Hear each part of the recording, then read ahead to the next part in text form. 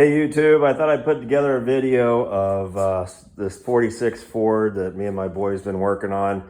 I know all of you out there that have 46 to 47 Fords absolutely know how hard it is to find anything parts-wise or anything that fits. So you're pretty much custom making everything. So as I've been going along, I've been stealing a lot of ideas from everybody else out there and kind of adapting them just like you guys do, but somebody's like, man, you gotta really start recording some of this stuff. So anyways, just a real quick rundown. We got the motor in here. It's a 97 Ford Explorer. We pulled out, put a Edelbrock ProFlow 4 on it, rebuilt the C4 that it came with the truck, put the Mustang 2 all up underneath it, got it all routed in there, fired it all up, have it running in place, which is kind of cool, just fun to come out and start it just for the heck of it, open headers.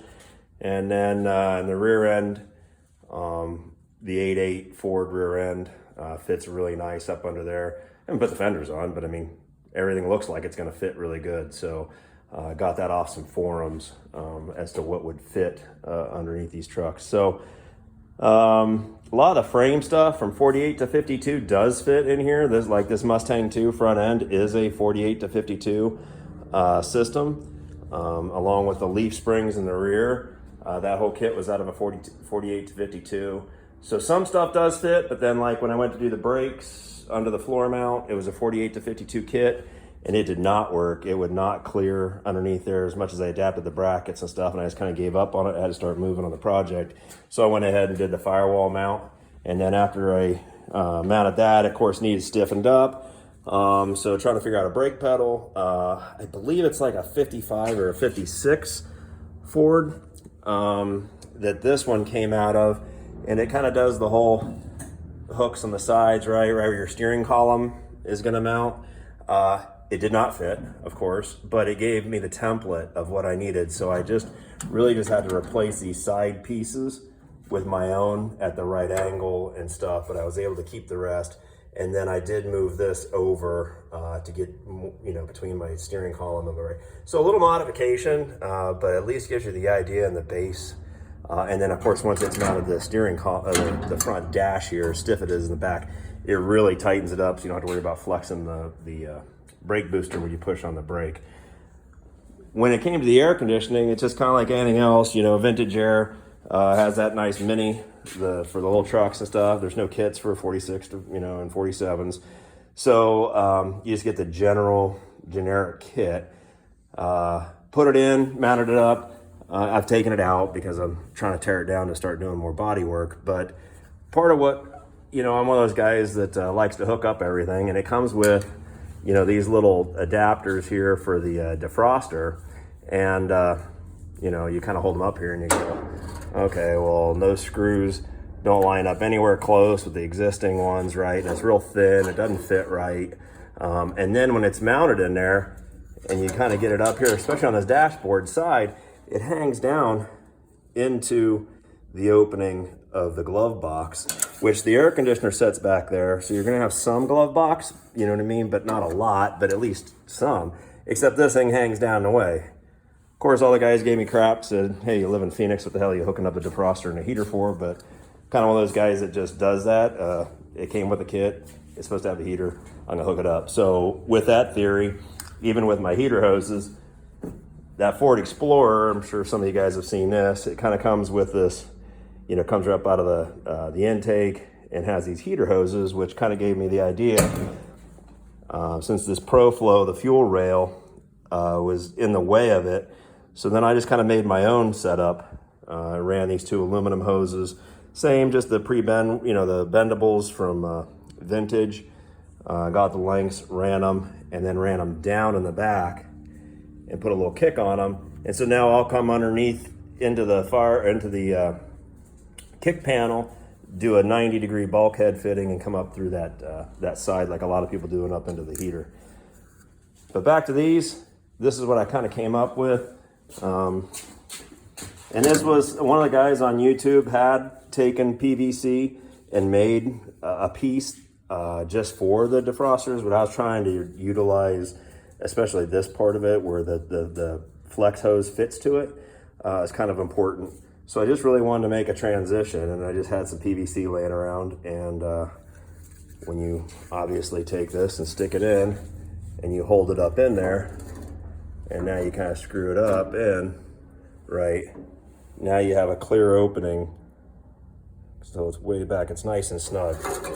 So most of you will probably stop the video there and say, got it, don't need any more info, but for the rest of you, I figured I'd go ahead and put the one for the other side together and kind of show you how I did it to give you some ideas.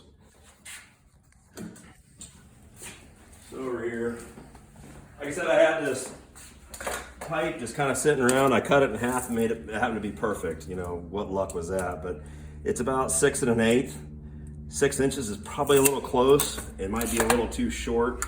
When you kind of hold this up here, these holes are, you know, these are the holes you're using, right? And they get really close to that edge. Now, you don't want to make it too much bigger, because I'll show you when we go to hold it up in there. You've got the dimple for the screw for the frame that comes in, so you kind of want to stick to that, and then you don't want to get down, it'll cause an angle. So you got to kind of cut it close as possible. I got these, this is 1 inch schedule 40, nice and thick, so you can run screws into it, so it'll hold on to it.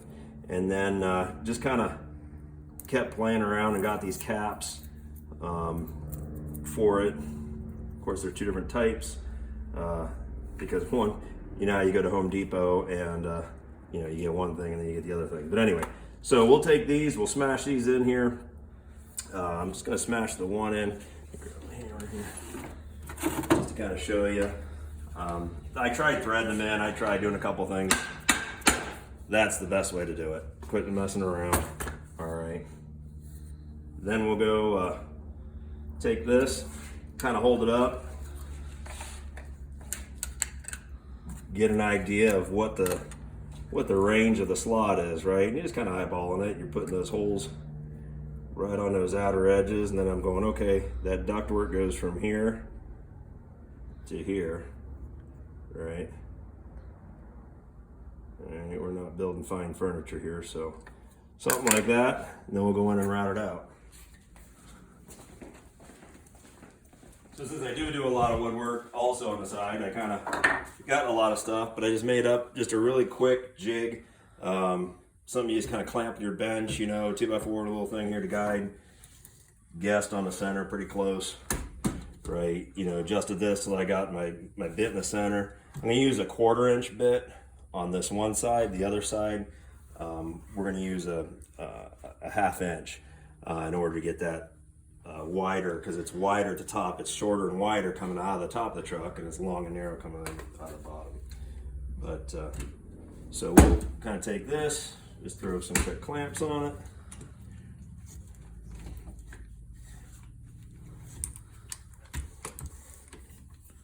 And it doesn't have to be perfect or anything, you know. If we're off just a little bit or whatever, you know, we'll probably use some caulking anyways and kind of seal it all up.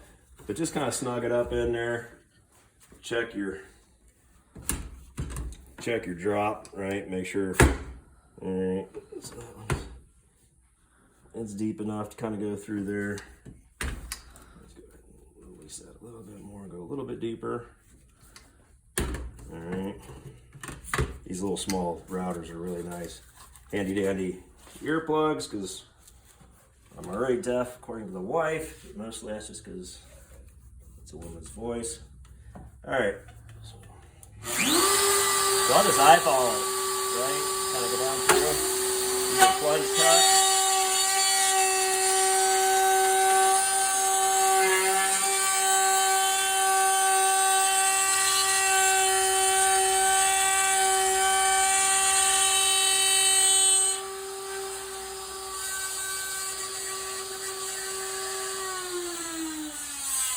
That's that.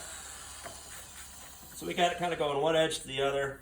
I'll go ahead and take this apart, get us set up for the next one.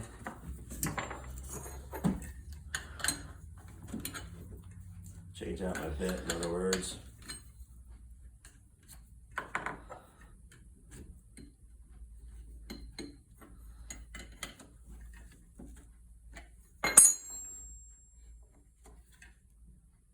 Actually, I told you wrong. That's a 3/8. and that's a 1/2 inch.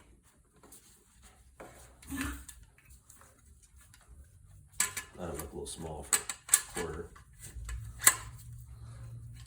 But now that's all ready to go. Pop our clamp. Got to get this out of here.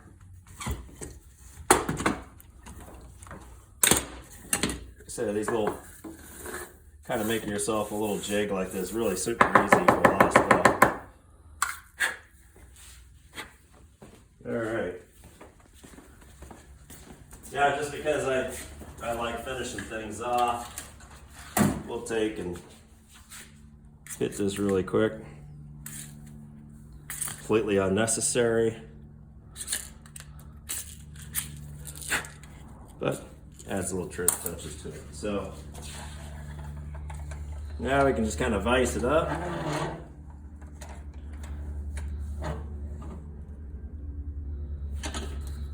And then just use the holes themselves as guides and just kind of work it back and forth until you're centered.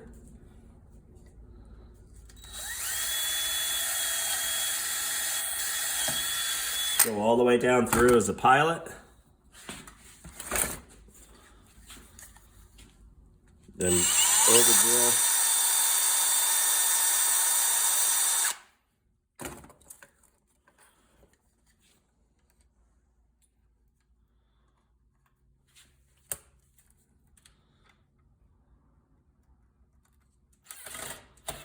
Good, just started enough.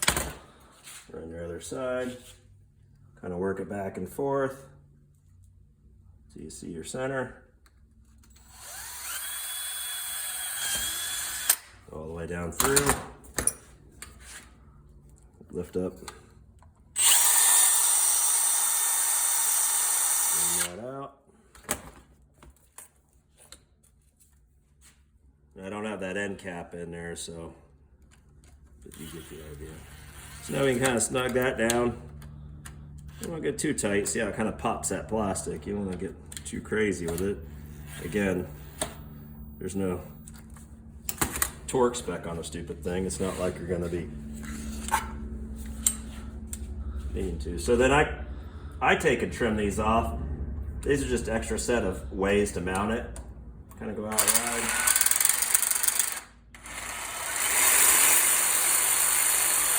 And then you can also cut off the whole end.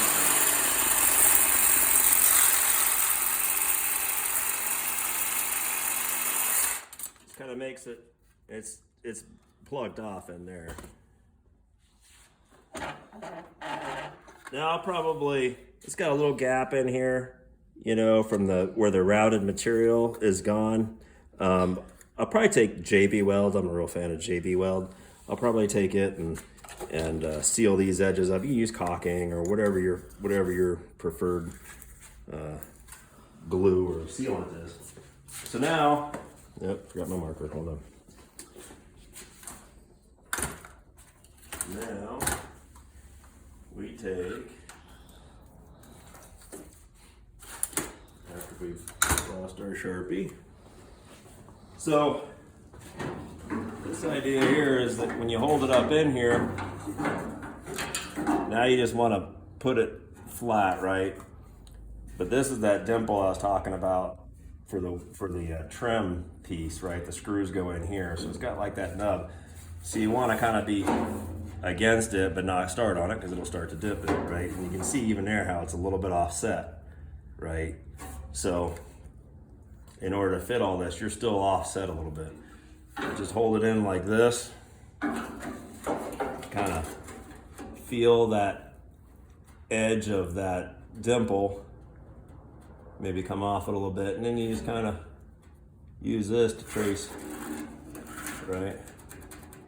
Idea being we need the left and right, right? So now we know that's where we need our hole, or our slot. We got to back off put it back in our jig. I'll take this back out.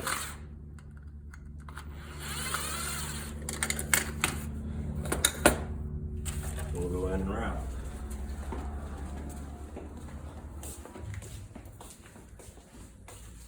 So now, kind of the same thing.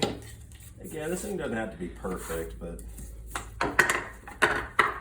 now you just want that straight up and down, right? So you just kind of give it the old eyeball and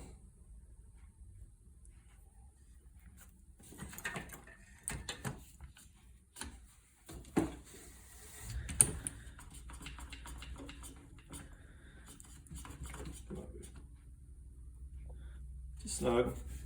Yep.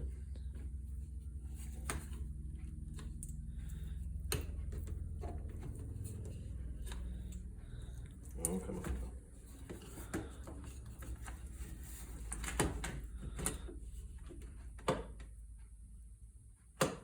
Everything works perfect till you make a video.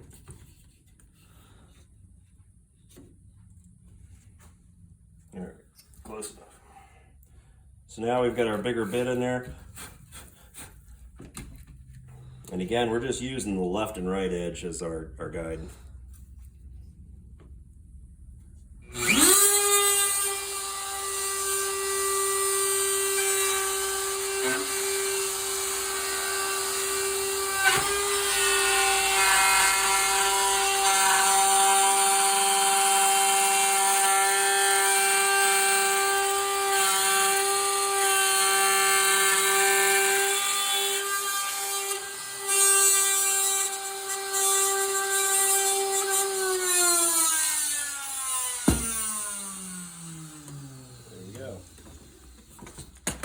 So now we got our two slots, and then we just kind of do the same thing over again, right? Throw this back on. Right, that skinnier slot. See how nice it matches up to the length and the kind of the same width as this one as that one.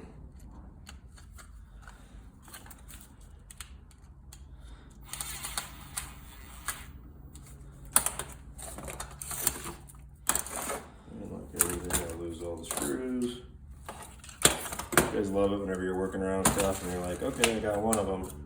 Where's the other one? Where's the other one? Oh, sorry, give it. And just like your glasses, they're on top of your head.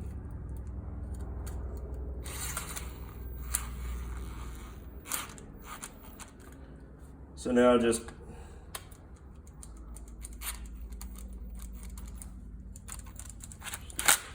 up. And now we'll kind of do the same thing in the dash, the two different sizes, right? A couple shorter screws. These over here. Let me grab this other drill bit size. So this is our pilot, right? Kind of the same size as what we already have in here. It's a little bit bigger. It's got really small holes in here. So now what I'm thinking, hold up our slot, right? Find our center. And then kind of go all the way through. Take our bigger.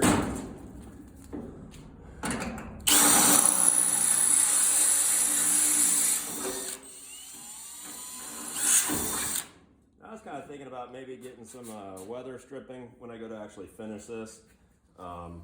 Probably do like a weather stripping or some sort of a foam, you know, door strip or whatever. But bring the screws over, Luke.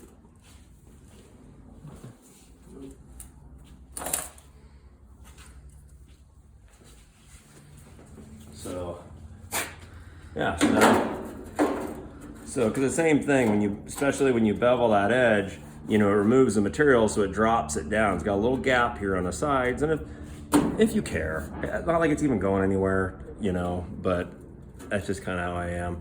I'll probably put a little bit of a foam piece around that edge, you know, cut it out, or, you know, do one in the middle, use a razor knife or whatever, cut it out.